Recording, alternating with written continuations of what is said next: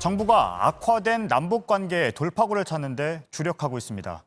우선 이도훈 한반도 평화교섭 본부장이 미국 워싱턴으로 서둘러 날아갔습니다. 하지만 성과가 있을지는 지켜볼 문제입니다. 북한 문제를 조율하기 위한 한미 워킹그룹이 사실상 미국의 결재를 받는 구조였다는 말까지 나왔기 때문입니다.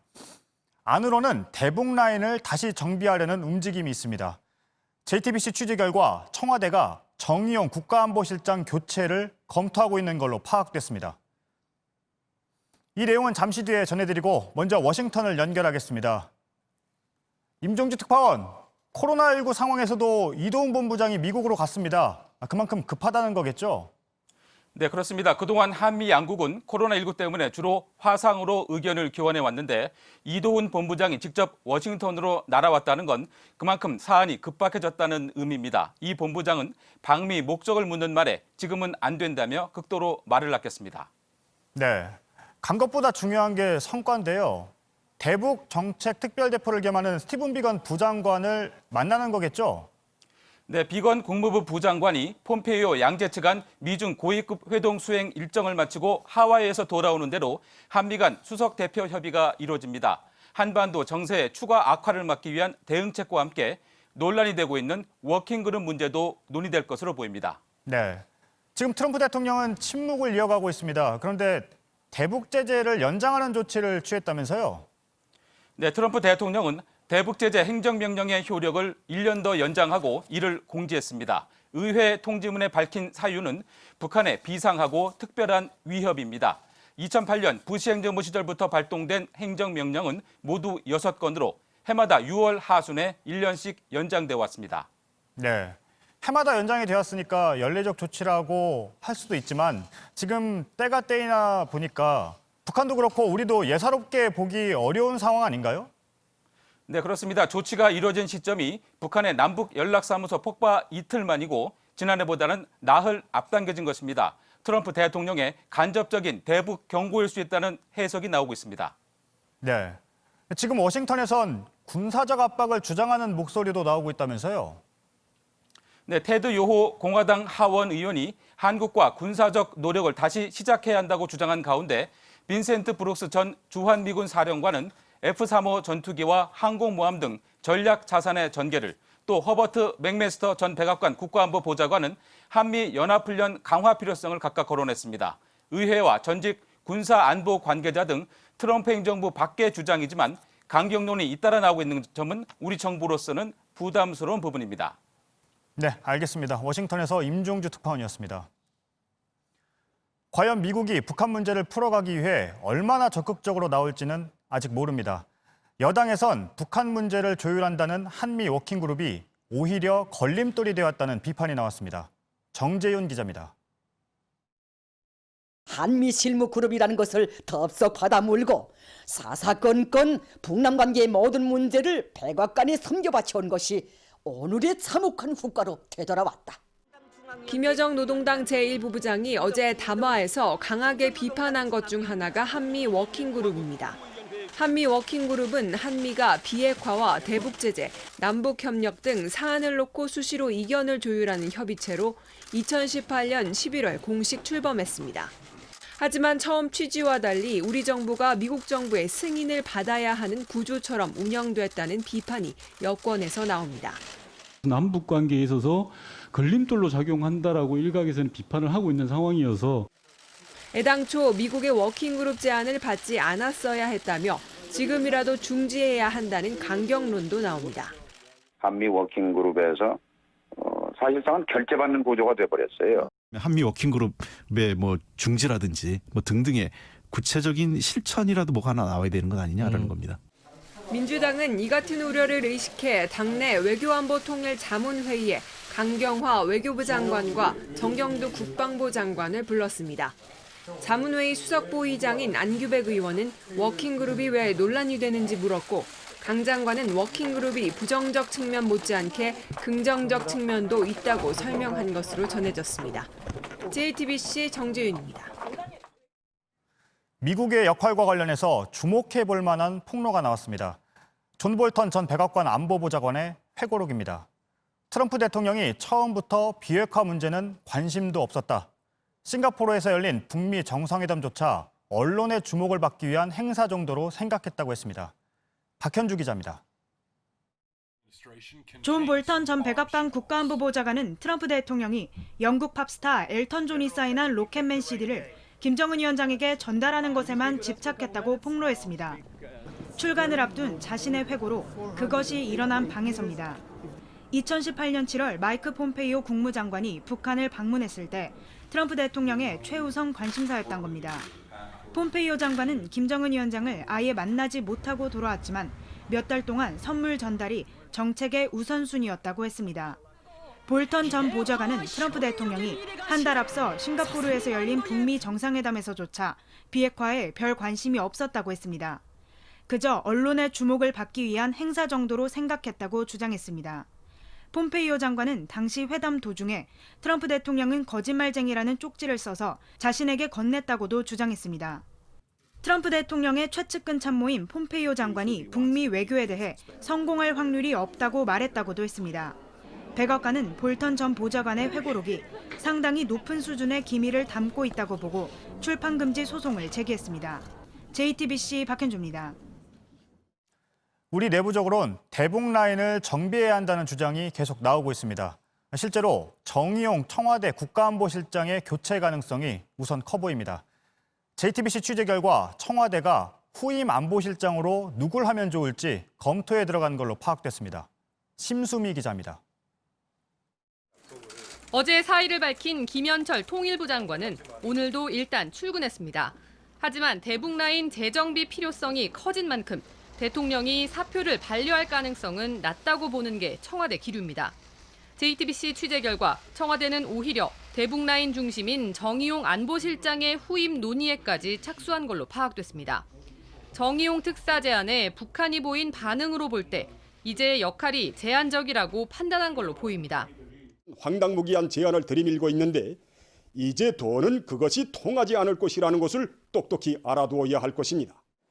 북한이 이런 반응을 보인 데는 외교관 출신인 정 실장이 북한보단 미국과의 관계를 더 신경 쓴다는 평가가 깔려 있다는 분석이 나옵니다. 여권 내에서도 대북 라인이 일일이 미국의 반응을 살피며 북한과 대화하다 보니 성사된 일이 없다는 평가가 있습니다. 정 실장도 지난해부터 개인적 사정으로 사의를 밝혀온 걸로 알려져 있습니다. 정 실장의 후임으론 서훈 국정원장 등 여권 내 북한 전문가들이 거론됩니다. 하지만 서 원장의 경우 남북관계 악화의 책임에서 역시 자유롭진 않습니다. 정 실장과 함께 특사로 제안됐다가 거절되기도 했습니다. 이에 대해 여권 핵심 관계자는 몇 달 전부터 대북전단 등에 대해 북한의 불만이 심상치 않은 수준이었는데 국정원이 이런 상황을 얼마나 정확히 대통령에게 보고했는지 의문이라고 주장했습니다. JTBC 심수희입니다.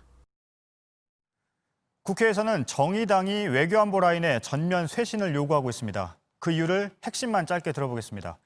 정의당 한반도 평화본부장을 맡고 있는 김종대 전 의원이 연결돼 있습니다. 네, 나와 계시죠? 네, 안녕하세요. 네. 북한과 미국을 다 접촉해 오신 입장에서 지금 외교안보 라인의 문제점은 어떻게 느끼고 계십니까? 네, 어떤 역동적인 국제 정세에서 자꾸 우리의 입지가 좁아지고 뭔가 한반도 주변 정세를 주도하는데 이제 어려움에 봉착했다고 생각합니다. 야구에서도 실점을 하면 선발 투수를 교체하듯이 이제는 한번 외교안보팀을 쇄신을 해가지고 우리가 뭔가 주변 정세를 다시 돌파하고 주도할 수 있는 새로운 전략적인 두뇌 결집, 새로운 역량을 한번 마련하는 게 집권 후반기에 문재인 대통령이 상황을 돌파하는 길이라고 믿기 때문입니다. 예, 좀 구체적인 문제점은 이거다라고 생각하시는 게 있습니까? 구체적인 사례나요? 예, 우선 저는 청와대 안보실이 핵심이라고 봅니다. 대통령에게 이제 판단을 근거가 되는 정보를 관리해주고 또 부처를 통할하는 청와대 안보실은 말 그대로 기획 집단입니다. 그런데 지금까지 하노이 그 북미 정상회담의 결렬로부터 지금에 이르기까지 많은 부분에서 정보 관리에 문제점이 드러났고 또 여러 가지 어떤 그 낙관적인 집단 사고에 젖어가지고 문제점이 생겼을 때 선제적으로 대응하지 못했고 또 올해 문재인 대통령께서 남북 관계를 우리가 주도하겠다고 했을 때 구체적인 행동이 나오질 못했거든요. 이런 점에서 보다 높은 수준의 결의가 충만이 된 새로운 어떤 전략 두뇌 그룹들이 결집이 된다면은 우리가 북한은 물론 주변 4대 강국에도 새로운 의지를 과시할 수 있기 때문에 전문성을 보강하고 결의를 다지는 점에서 심기일전할 수 있는 이런 어떤 계기가 된다. 이런 점에서 기존 안보실은 상당히 이제 한계에 도달했다고 판단하고 있고 이제는 좀 바꿔줘야 된다고 봅니다. 예, 대북 라인에서 낙관적인 보고만 했다라고 했는데 그동안 사실 북한 문제가 더 심각했었다는 거잖아요. 북한도 직접 다녀오셨는데 어떤 걸 좀 보셨습니까? 예, 2년 전에 이제 9.19 공동성명이 체결됐습니다만은 그 직후에 한미 워킹그룹이 구성이 됐고 이후로 남북 관계는 줄곧 악화일로를 걸어왔습니다. 물론 저희 책임만은 아닙니다. 사실은 북한 쪽에서 훨씬 더 잘못한 게 많죠. 그러나 북한은 관리해야 될 대상입니다. 옳고 그름을 따지는 것보다는 우리가 높은 수준의 어떤 북한의 관리 역량이 보여졌어야 되는데 북한은 왠지 특히 하노이 정상회담 이후에 문재인 정부를 중재자로서 인정을 하질 않고 자꾸 이렇게 남한 탓으로 책임을 전가하면서 굉장히 미국과 직통을 하다 보니까 우리 정부가 주변 정세를 주도하면서 스스로 운명을 개척할 수 있는 그런 룸을 잃어버렸다. 이런 점에서 지금은 왜 우리가 이런 평가를 받고 주변국에서 우리 외교가 작아졌는가 이런 면을 비판적으로 성찰한다면은 저는 분명히 우리의 출구가 보인다. 사실 미국이나 북한이 직접 협상을 하면서 우리의 중재자, 촉진자 역할이 제대로 자리매김되지 못했다는 데서 우리는 뼈아픈 반성을 해야 될 필요가 있다고 봅니다.